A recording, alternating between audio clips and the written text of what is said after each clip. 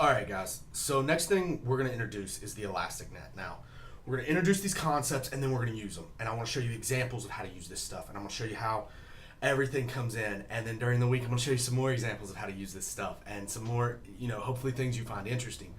But from my perspective, it's more about making sure you understand the vastness of the field in this. This module is short. The reason this module is short is these concepts are difficult. So you're going to have to spend time with them to really kind of understand the intricacy. So what I'm going to do is I'm going to try and provide as much detail as I can in these videos. Okay, that's the whole point of these. You're going to start seeing some things. So there's really two algorithms we're going to focus on. We're going to focus on coordinate descent, or more importantly, what we call block coordinate descent. Some people call it the CD algorithm. And the Newton-Raphson algorithm, or Newton's method, or those type of things. The question is, why do we care? Well, very simply because these algorithms are what allow us to solve problems and find solutions. You guys heard back in the maximum likelihood section of these courses, I think that's in BUDA535, about how, or you should have heard this at least, about how some algorithms or some of these maximum likelihood problems don't have closed form solutions. Well, that's what this gets into. This gets into this idea that, things don't have closed form solutions all the time. There's not an easy way. You saw that with lasso in Module 3. I can write down an equation for it, but there's a weird function in there. There's a soft thresholder. There's all those things. So we got to figure out how to solve the problem. That's what this field looks like right now, guys. There's a lot of ways that say, we need to solve this fast, we need to solve it in a way that's interpretable, and people can't sit around waiting hours for solutions. That's one of the ways we differ sometimes from the OR field, which is the prescriptive analytics that you'll be taking as well. Those guys like to do searches and things like that. For us, we need to find things in a very specific way that's very fast. We care about efficiency as much as we care about correctness. It has to be right, it has to be fast, or it's not going to be used. That's what statistical software comes down to. So when I show you this type of stuff, when I get into this with you, it's not because I'm thinking, oh, you guys should know every bit of this. It's because you need to see the field. You need to understand what this is. You need to understand what this can be. So for a minute here, let's think of theta as our regression coefficients, okay? And they're p-dimensional, where we're interested in estimating. So this could be means, regressions, probabilities, whatever.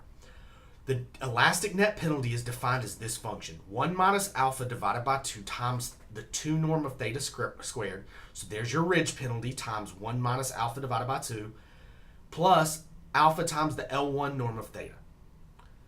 Here's your ridge penalty. Here's your lasso penalty, okay? So when you're looking at this, that's what you're hearing me say. Ridge, lasso, ridge, lasso, ridge, lasso. Alpha has to be a number between 0 and 1. So it puts a weight on something. So think of 1 over 2 plus, times the penalty as the ridge penalty. So 1/2 times the ridge penalty. So you're weighting this. You're saying, well, I'm going to give this a 1 minus alpha weight and this an alpha weight. If alpha is equal to 1, it's a lasso. If alpha is equal to 0, it's a ridge. Anything in between is what we call an elastic net. The elastic net is a generalization of a combination between the two in a sum form. Now, all right, there's different reasons to use this, but if we write down just a penalized negative log likelihood that we want to minimize, you'll see there's still this other tuning parameter, lambda. So now you have 2 tuning parameters you got to search for. You've got a lambda and you've got an alpha. By looking at these type of things, that's what you're trying to see. That's what you're trying to differentiate between. You're looking at this and you're saying, okay, this will work. Or you're looking at this saying, this will not work. So now you've got 2 tuning parameters you've got to select. But the entire idea is lambda controls the size. This controls the relationship between the ridge and the lasso penalty. So alpha controls which one should be weighted heavier. Lambda controls the magnitude. Alpha's always got to be between 0 and 1, okay? Now, if we solve this penalized likelihood problem, what we're going to get is we're going to get this mu estimator. So what you should do, go back and look at your Module 3 notes. What you'll see is this top piece right here divided by n, this soft thresholder divided by n with a penalty up here, or excuse me, with your tuning parameters up here, that was your lasso penalty. I got to get this corrected. There's a typo. This should be alpha. This should be 1 minus alpha. I apologize. Lambda times alpha up top, 1 minus alpha on the bottom. I apologize for that. But now, take a look. What you're seeing is you're still seeing the lasso up top with that piece from the ridge on the bottom. So it's a trade-off. It's a combination of ridge and lasso. That's what this is. That's what this looks like. That's how this works. Okay? So when you're taking this approach, when you're looking at this type of problem, that's what you're seeing. That's what you're working on. That's what this is. Okay? That's what this is. So when your approach to this problem is, I want the properties where I can set things to 0 if needed, but I want that property of ridge where it shrinks towards 0, it's a big deal. Now, why would you ever use this? Well, you're going to see coming up in the next few slides that ridge is very good at dealing with correlated predictor variables in regression. It is. There's theoretical proofs and there's practical proofs. And ridge regression, if you have correlated variables, predictors, you should be using ridge. It gets around all those added variable plot things we talk about, and those issues with what researchers call multicollinearity, which I've never figured out why it's multicollinearity. Collinearity has to say there's a relationship between two variables, so multicollinearity, I don't get it. But the multicollinearity is the piece that ridge attacks. Lasso does automatic variable selection. It will set things to 0 for you.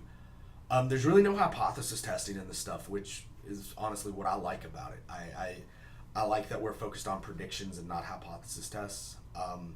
To me, I go back to all models are wrong, some are useful, and the use you put in is the important part. In BUDA535, you talk a lot about hypothesis testing. You talk a little bit about it in 530 as well, I'm sure. But the idea is that as you step through this and as you do these different things, this is what you're focusing on. This is what you're thinking about. This is what you're working on, okay? So as you move through this and as you think about these things, keep these things in mind, that there's reasons to use this. I'm using the mean just so you can see a simple closed form solution.